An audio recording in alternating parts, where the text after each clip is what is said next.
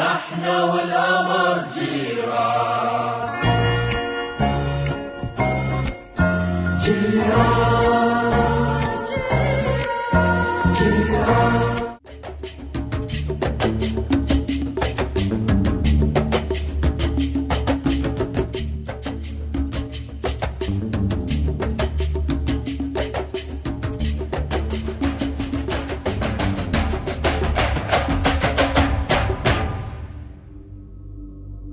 جمهورنا الكريم، سيبدأ العرض بعد دقيقة.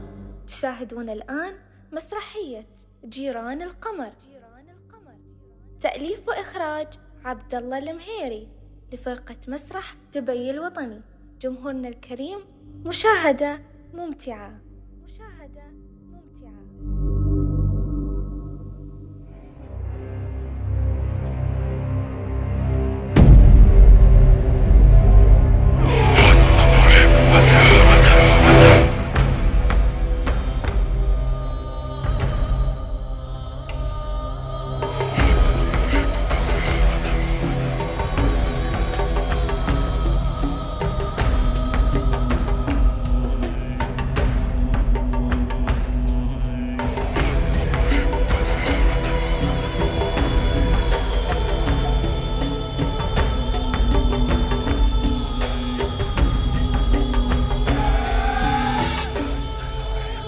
ستظل فاشلاً ما دمت لا تسعى. ولكن يا أمي، كف عن تبريراتك التي لا تنتهي. كنت فقط لا كنت ولا هم يحزنون. أراك عالة علي وعلى أبيك. لا أنت فالح ولا مفلح. انظر إلى من هم في عمرك.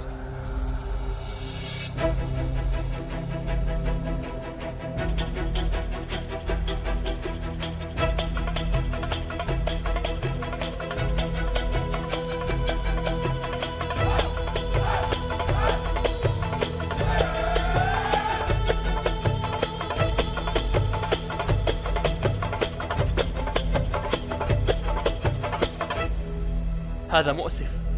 تخصصك لا يناسب المؤسسة. ولكن كفاك، انتهى وقت المقابلة.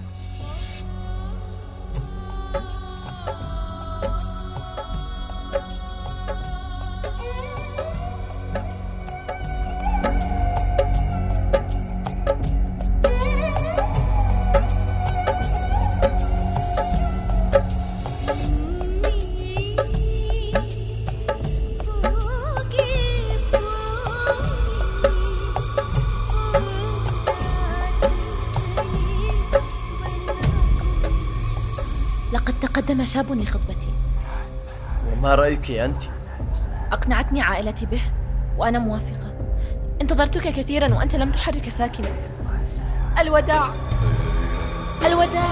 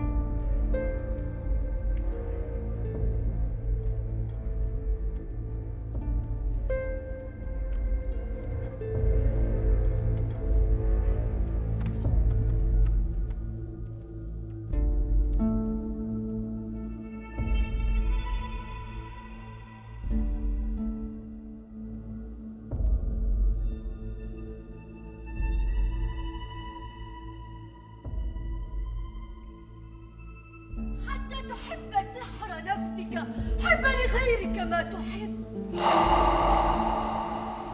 حتى تقوم تنهض نفسك، كن لنفسك سبب، حتى تقول تفعل على سيرتك أجب بمهادك الأبيض يا ابن آدم. رحلتك بدأت، وفي نهاية المطاف يتحول بها صفاتك الأبيض كفنك على جمر من نار، قسوة الليالي وقساة القلوب طير، على جلود الذاكرة وتجمد الشعور والجلود تمرد وطل، على سترجة الحيوات وقومة الأسرار التي في داخلك طير، على قدر التجديد وكسرات الزمان وبما يشتعل فيك من نيران الطين، على ما يفعله بك الأقربون طر طر تجد نفسك في منزلة عالية، طر ودع القاع للقاع والحقيقة عالية، طر ودع الكلاب والقافلة والرياح العاتية، طر ولكن إياك أن تسقط في يد هالوس.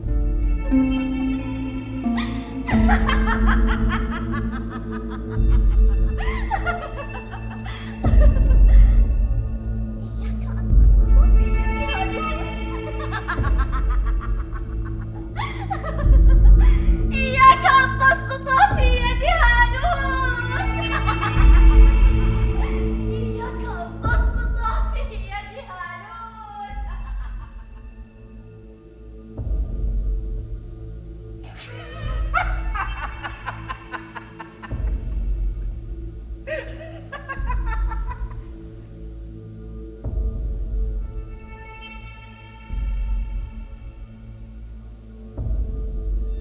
بعد كل هذا الظلم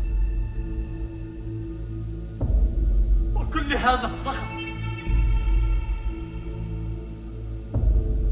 أنا لماذا أنا الوحيد من تكسر في وجهي ألف زجاجة؟ لطالما حلمت بحياة أفضل، لم أرد أن أكون ما أنا عليه اليوم.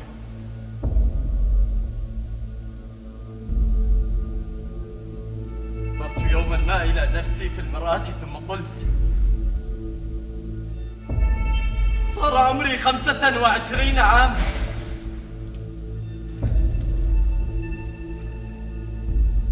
متى انتصفت العشرينات؟ كانت مشكلتي هي أنني لم أكتشف نفسي، ولا مهارتي ولا مواهبي بعد، وليست هناك لغة تفاهم مشتركة بيني وبين عائلتي.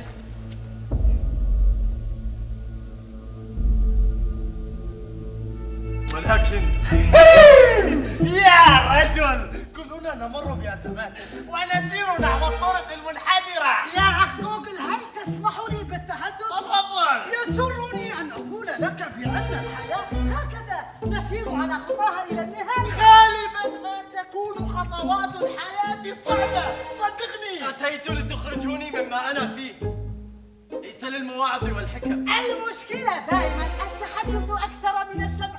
يا أخي اسمع ومن ثم ناقش. لست في مزاج جيد لأسمع. من قال لك أنني أريد النقاش أساسا؟ دعه يا عزيزي، دع. الشاب أتى لتغيير مزاجه السيء، وعلينا تغيير مزاجه المتكلم. رائع، والحل وجدتها.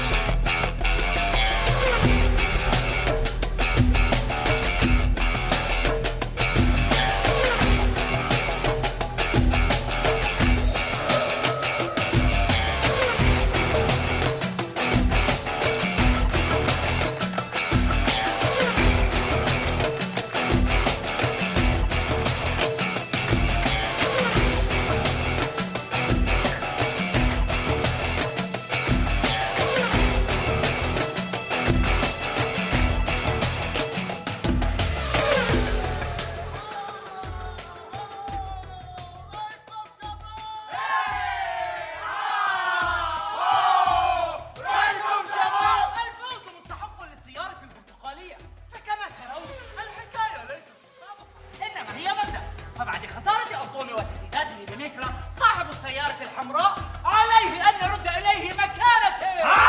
أنطونيو وميكرا كلاهما يهدد الآخر منذ 15 عاما.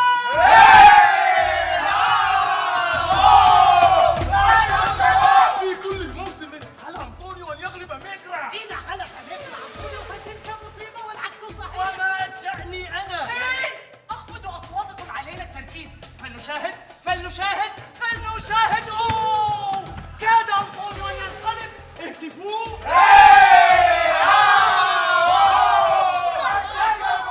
أكرر، ما شأني أنا بكل هذا؟ وما الذي أتى بنا إلى هنا؟ إن كنت لا تعلم فتلك مصيبة. وإن كنت سأذهب ولن أرد عليك. تعال ما بك.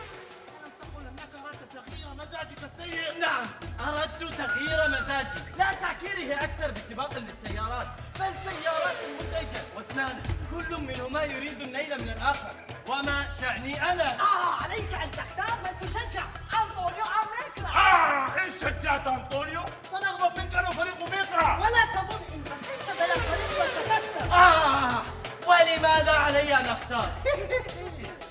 واقع الحياة يقول لكي تعيش ستواجه تلك الثنائيات. العالم بأسره يعيش بالثنائيات: الذكر والأنثى، الأبيض والأسود، الغني والفقير، الصحيح والخطأ، الشمس والقمر. أنطونيو ميكرا. اسكت عنك. وكذلك أصبحنا نواجه خيارات أكثر. وإذا كان لا تختار لقد كثرت الأقسام والفرق. كل منهما يرى نفسه الأفضل. لأن لكل منهم أسبابه ومصلحته وأيضا شروطه. تعادل يحسم الفوز. اهتفوا.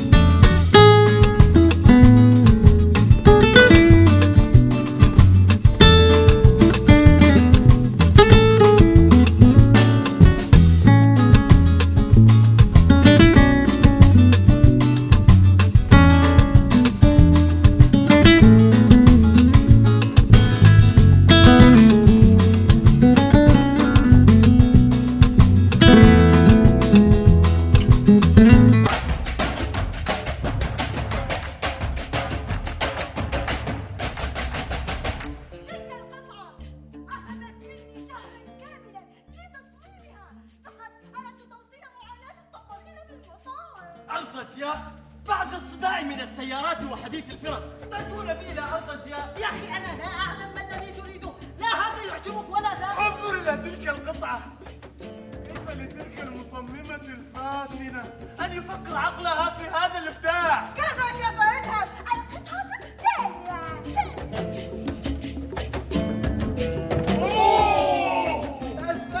بس تعثرت. ولكن كما يقول المثل لا أسقط إلا واقفا. ويا جبلا لا يهزك الريح. ولا أسقط من هزه ولا يهزني الريح. إيه العار. المعذرة سأكمل لكم الشرح عن تصميمات لهذا الموسم من العام. تلك القطع مستوحاة من قطع الشوارع وقيمتها في السوق ستكون قليلة. مليون ونصف المليون قيمة قليلة سحقا لمحفظتي. أنت لا تعرف قيمة القطعة بها. هذا إسراف وتبذير وهدر للأموال. صدقا هناك أناس يملكون مال ولا يعلمون أين يرمونه. يا رجل، إن كان لديك ما يكفيك فلما لا تبهج نفسك؟ في النهاية ما هي إلا قاذورات الحياة؟ التالي.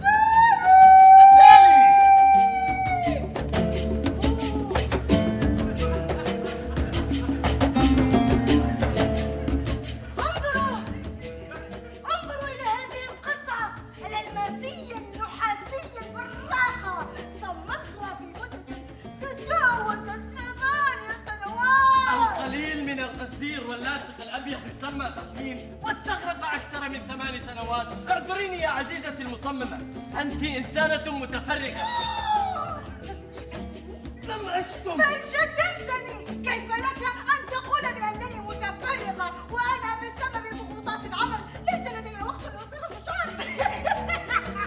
وأنا أتساءل كل هذه المدة ماذا بشعرها منكوش؟ فما ذلك موضع؟ هذا ليس وقتا للمس. اعذريني يا عزيزتي المصممة، اتركي هذه التصميمات التي لا تمت للأزياء بشيء وسرحي شعرك أفضل. أسعار مبالغ بها وأناس تشتري من دون عقل. لا لقد سوتها كثيرا عن الشاب واشعر بأنني سأخرج عن سيطرة أعصابي. اخرجي.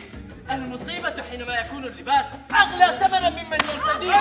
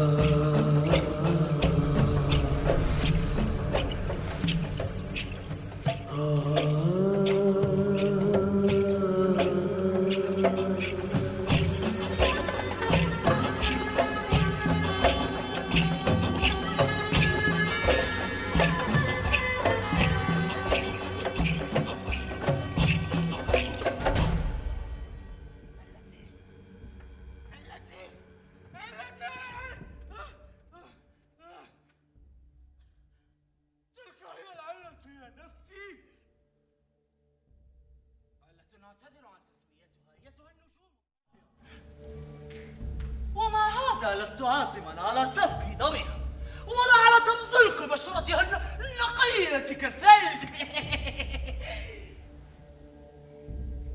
الثقيلة كمرمر القبر، غير أن موضوع حتمي لخانة رجال آخرين لنطفئ المصباح. وبعد إن أطفأتك يا وزير النور ثم ندمت أعدتك إلى ضعتك الأولى. ولكن متى أطفئ منك النور يا أبدع مثال على صنع الطبيعة الماهرة؟ ها؟ فما أعلم أيضا من المذكيات التي يدخرها إله النار. يستطيع أن يعيد إليك ذلك الرونق والبهاء. متى استؤصلت وردتك النظيرة؟ ها؟ أصابها الذبول والشفاء فلا محالة. لن أملك أن أرد إليها قدرتها الحيوية. أريد أن أتنشقها في منبتها. أريد أن أتنشقها في منبتها. أريد أن أتنشقها في منبتها. رائع. نعم رائع، كنت رائعا عزيزي، برافو. بعد كل ما مررت به من صعاب لم أتخيل يوما أني حينما أريد تغيير مزاجي سأذهب لمشاهدة مسرحية. أنتم أهل التحطيم وكسر الإبداع وعدم تقدير الفن والابتكار. كل هذا فقط لأنني قلت لا أريد تغيير مزاجي بمشاهدة مسرحية. آسف، ولما وجدت المسارح؟ ألا تقدم كل تلك المسرحيات لرسم ابتسامة ومشاهدة محتوى ترفيهي؟ أين الترفيه؟ أين الترفيه في حكايات مكررة وأداءات اصطناعية لا أشعر أنها تلامسني بشيء. المسرح مرآة الواقع التي تعكس همومك ومشكلاتك. حكايات روميو وجولييت وقتل عطيل لديدمون لا يعنيني. موضوعات ثقافية تكررت حتى حفظناها. إن بحث البعض عن التغيير أو التطوير سيخاف عدم تقبل الجمهور. لا يقتل ابن آدم في دنيانا إلا الخوف. صحيح، يخاف الغد، يخاف الأمس، يخاف أفكاره، يخاف مشاعره، يخاف الحب، يخاف يا أخي اسكت. إذا أكبر عدو للإنسان هو الخوف. لكي لا نكون ظالمين هناك من يسعى إلى التجديد. ولكنكم لا تتركون مجالا لأحد ليجرب، حتى أنكم تكسرون طموحه قبل أن يحاول أو يبدأ التجربة. أنتم سبب المعضلة إن كانت هناك معضلة. إن كان سأقتلك. قتلني.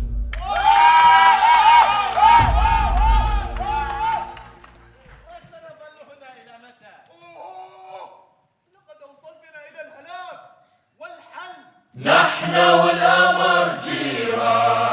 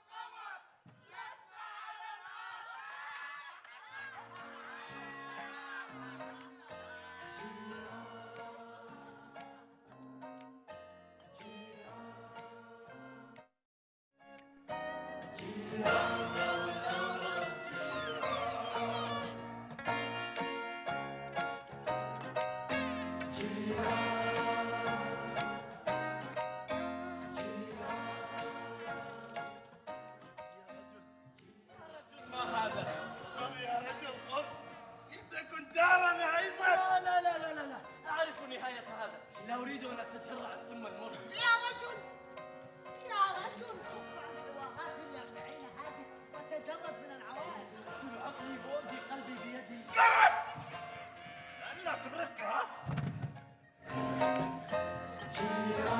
بعدما قبلنا أن نبتلع مرور أشخاص لا يصلحون للأرض.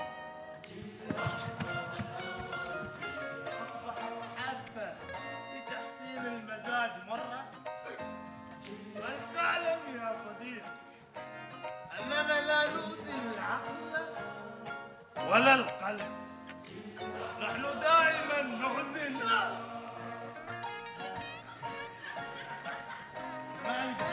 المائدة.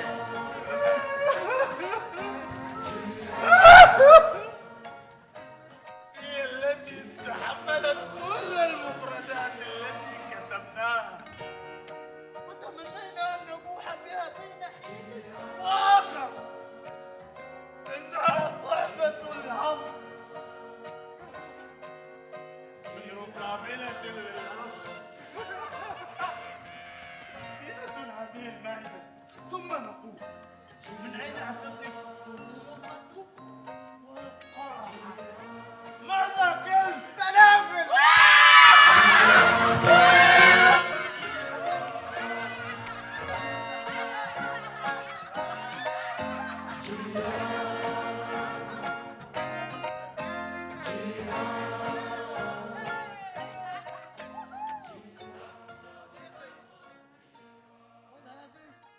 وإذا احتجت أي شيء اتصل.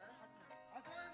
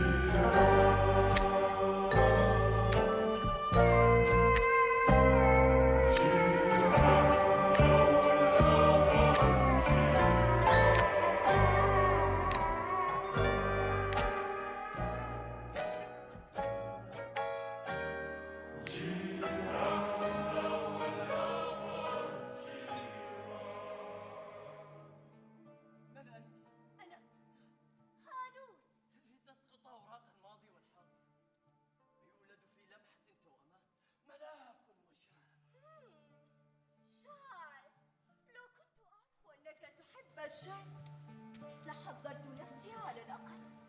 وماذا كنت ستفعلين؟ لكتبت بيتين لأبادلك الغزل لنكون على المستوى ذاته من العشق.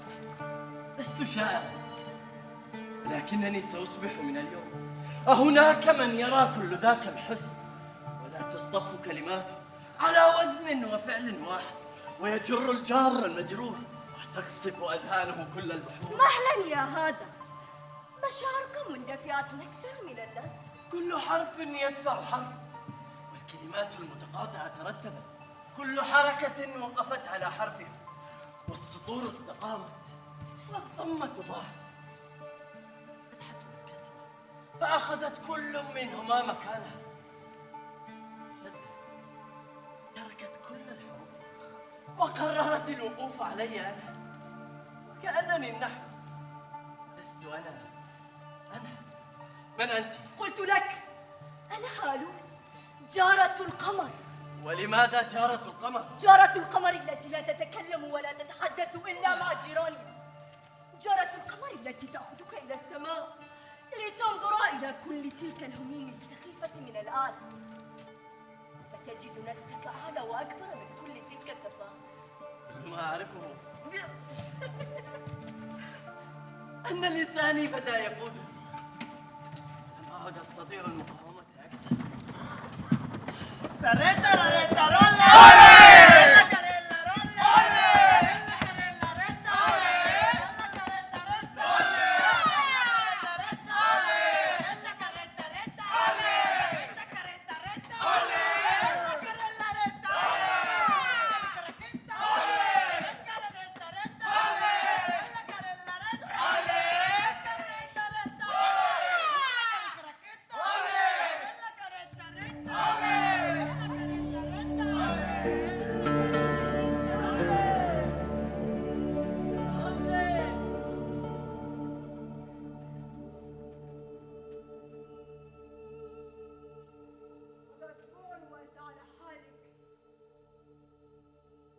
بمتاهاتك هالك.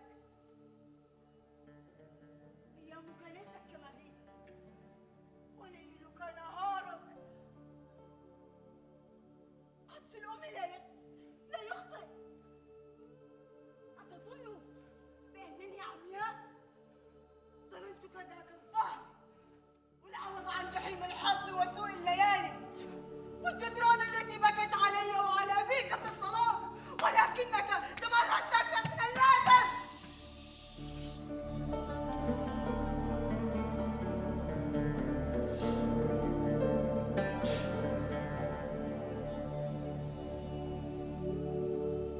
في قاسية علي باكي صراخا.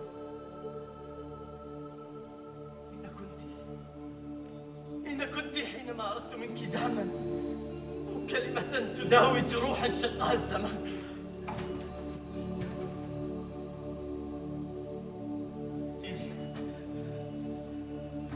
كنت وأبي الملح على الجرح، أبوابا تغلق في وجهي وأركض خشية كلام الناس. أبحث في حضنيكما عن مفاتيح تفتح لي طرقا أواجه بها شتات ألم. أجد منكما سوى النحيب والكسر الأصغر، أصرخ باحثا عن ضمادة تجبر ما كسره الناس، وأنتما تكسراني كسرا أعظم. أصمت! أصمت! لم أكن أعلم أن الأحزان حين تأتي على هيئة حبل كان مربوطا في بطني. ينقصني الغذاء ليكمل. تصرخ في وجهي وتجعلني شماعة فشلك. من أجل ماذا؟ من أجل رفاق السوء صنعوا منك لسانا سليطا يرد ويتمرد ولا يخجل من نفسه. أنتما السبب. اخرج!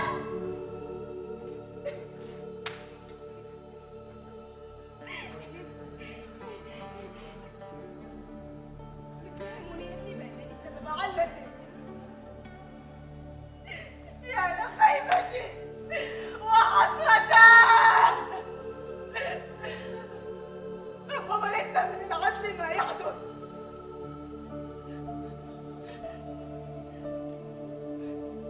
ولكن من العدل تأخذ نفسك وتخرج خارج هذا المنزل.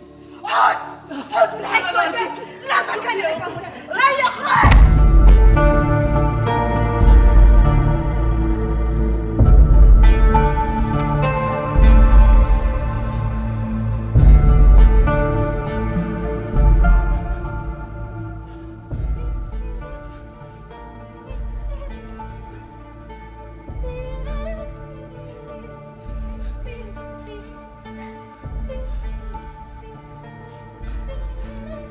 هالوس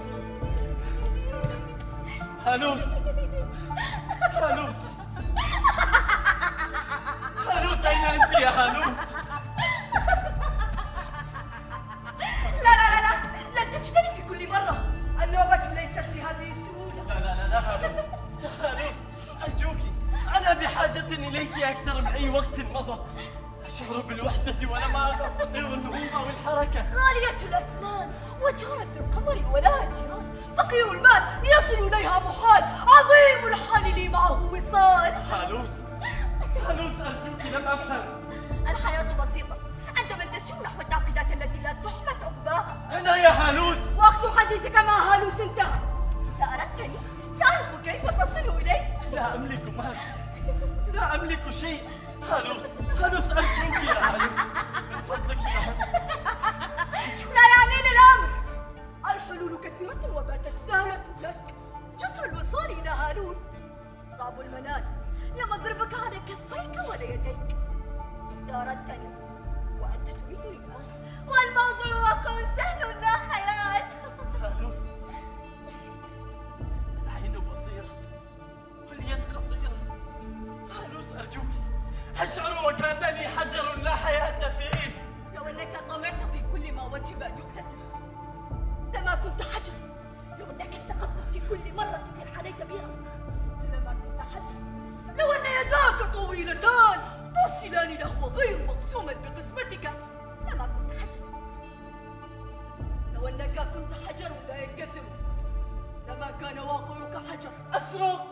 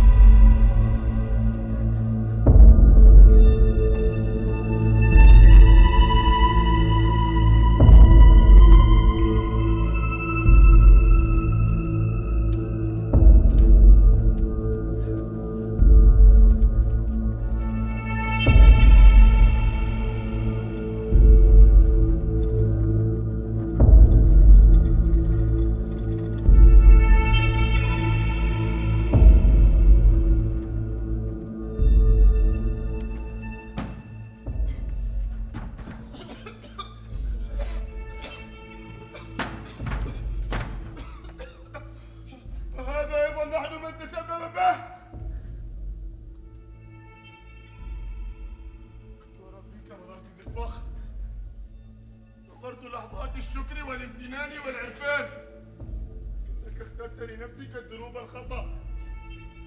حاولنا أنا وأمك منعك ما تفعل، لكنك اخترت حياة لا تشبهنا.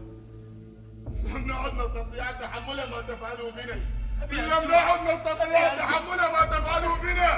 لم نعد نستطيع تحمل ما تفعله بنا.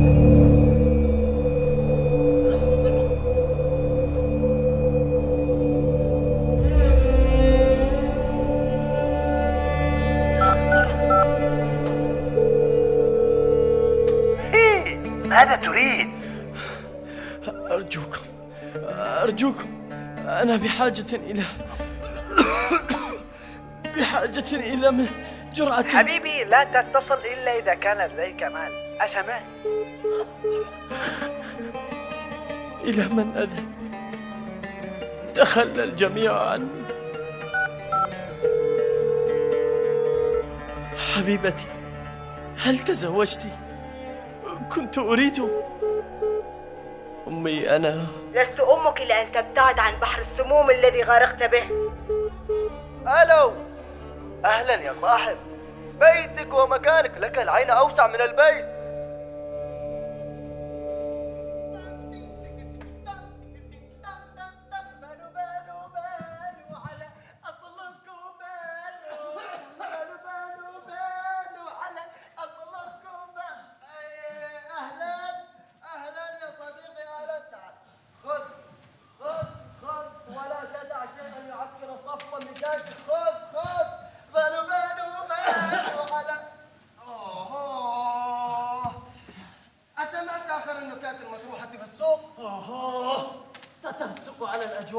خذ نفسا عميقا يا رجل واقلب وجهك عني من فضلك. أشعر بلذة نشوة الحياة ولا أريد منك سوى السكوت. السكوت فقط. أصمت. اطمع. اسمع، هناك جني افتتح مخبز. أتعلم بماذا اسمه؟ ماذا؟ الخبز والخبز. اترك عنك هذه السخافات يا كلب وأخبرني. أنا وقد صفعتني الحياة وأكلت الرمل والهواء وتجرعت مرارة الإحباط حتى وصلت إلى جارة القمر وبدأت أمشي في هذا الطريق حتى غرقت فيه ولم أتوب. ولكن أنت، ما الذي جعلك تمشي في هذا الطريق وأنت لا ينقصك شيء؟ المال، الجاه، البيت. والآن أشعل لك أصابعه العشرة كالشموع تضيء لك ظلمة الحياة العبثية.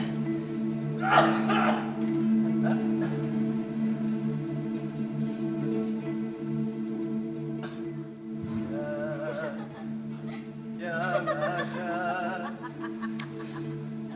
في يوم من الأيام وزمان من الأزمان أوان القصان. ماذا تريدين؟ أمي. لك عيناي وجمال ما تشاهدان. يا حبيبتي، طلبت مقابلتي ولم تقولي إلى الآن ماذا تريدين؟ تحدث. حبيبي أنت ماذا؟ أنا حامل. وما شأني؟ حمل كان حملا علي. تعبت. أرجوك يا أمي، أرجوك يا أمي، أنقذيني، أنقذيني. كذبي كل الحقائق واصرخي من هو أنا. يكفي تأليفا لحكايات لا صحة لها.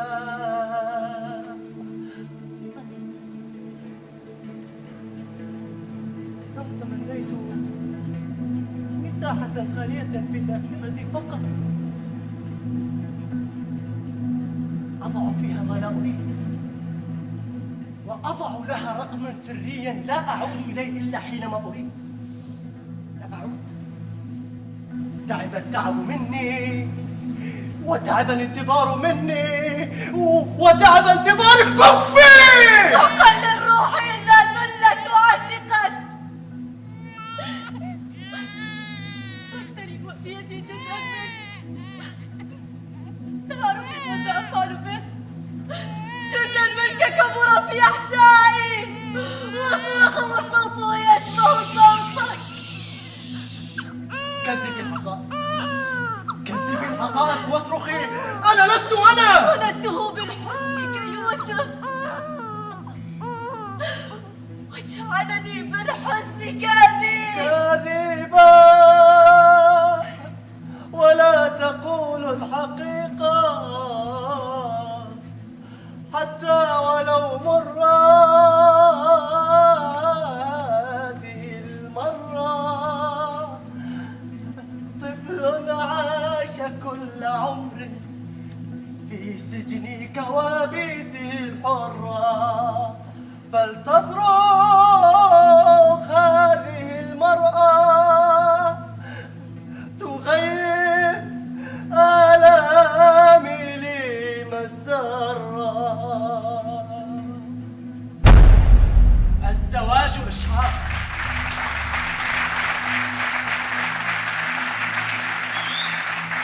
الزواج إشهار، وهذا الزواج لا يعلم به أحد. يعلم الله به. والناس ما الذي سيقولونه؟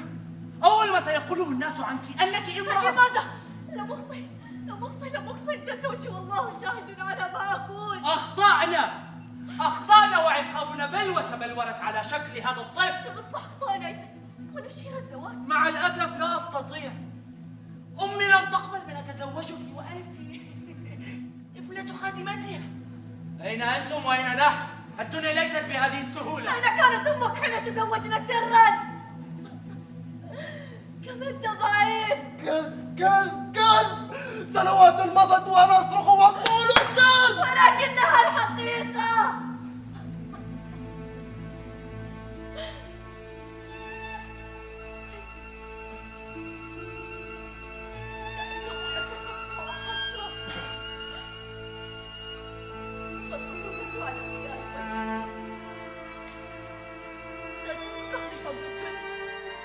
قد تكون أحضانها دافئة أكثر من حضن أم خال من دون أب.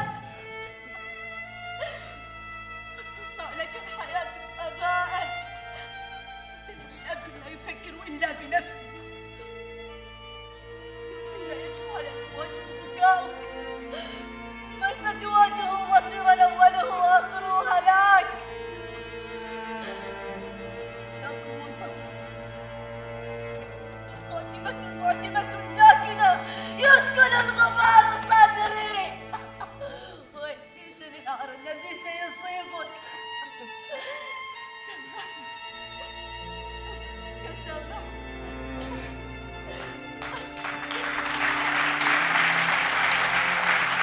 أرجوك سامحني. مهادك الأبيض كفني وكفني مهادك مدى الحياة. سامحني أرجوك.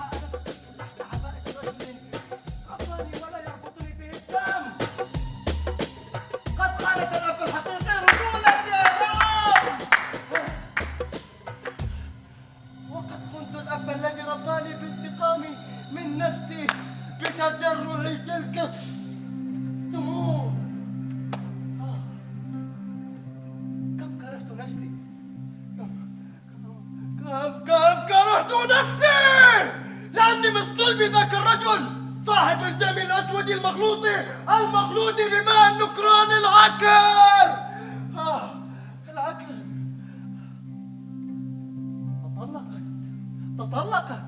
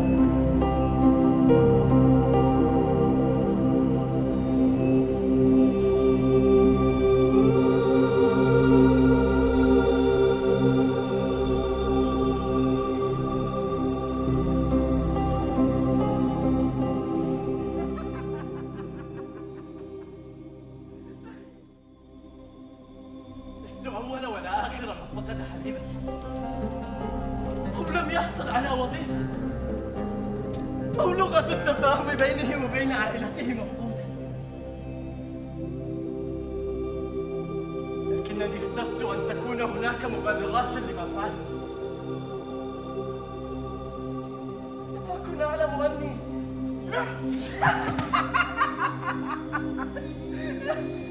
سأسقط نفسي في مصيبة أعظم. صنعت لنفسي ممرا للهرب، وعلى ما يبدو أن النية للخطأ تحتاج فقط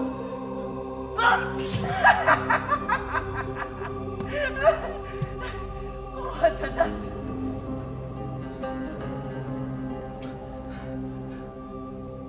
أنا هنا، أنا هنا، أنا هنا، أنا هنا،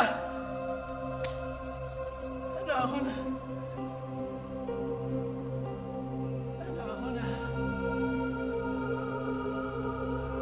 أنا هنا معلق بين الأسود والأبيض، بين الأرض والسماء،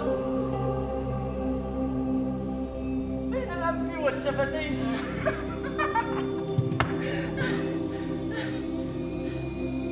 بين دخول النفس وخروجه. هذه هي النهاية.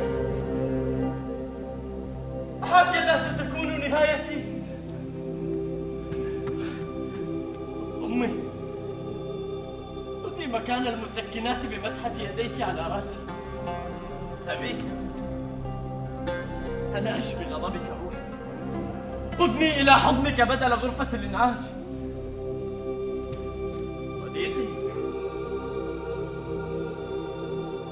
أي صديق أنت؟ لم لم تمنعني؟ لم لم تقل لي لا؟ أيها الطبيب، أرجوك أيها الطبيب، افعل شيئا، فأنا لا أريد الموت. أنا لست مستعدا للرحيل. أنا لم أصلي اليوم.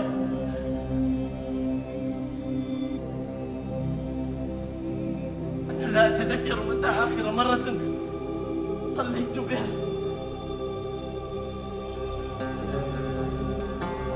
وقفت عيني بيدي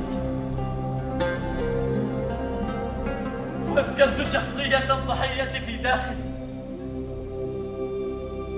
ذنب هو سم تجرعته شهدا لذيذا. افعل شيئا أيها الطبيب، أرجوك يا أمي انقذيني. أرجوك يا أبي افعل شيئا، أرجوك.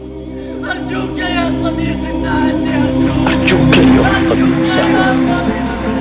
أرجوك يا أمي ساعدني. أرجوك أيها الطبيب ساعدني. أرجوك يا أمي ساعديني. أبي، أمي، صديقي، أمي أرجوك ساعديني. أبي أرجوك، أمي أرجوك، أمي.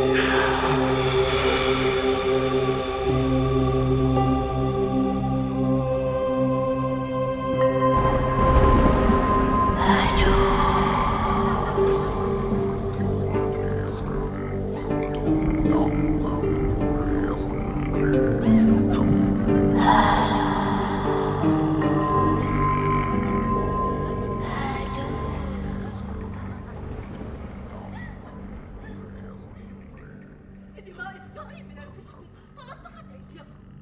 أنتم مددتم لأنفسكم الموت. استسهلتم طرق كنتم تعلمون عواقبها، فكانت لكم تلك الذنوب العار. نهايتها رائحة وتصبحت قبل أن تصل وقبل الرحيل.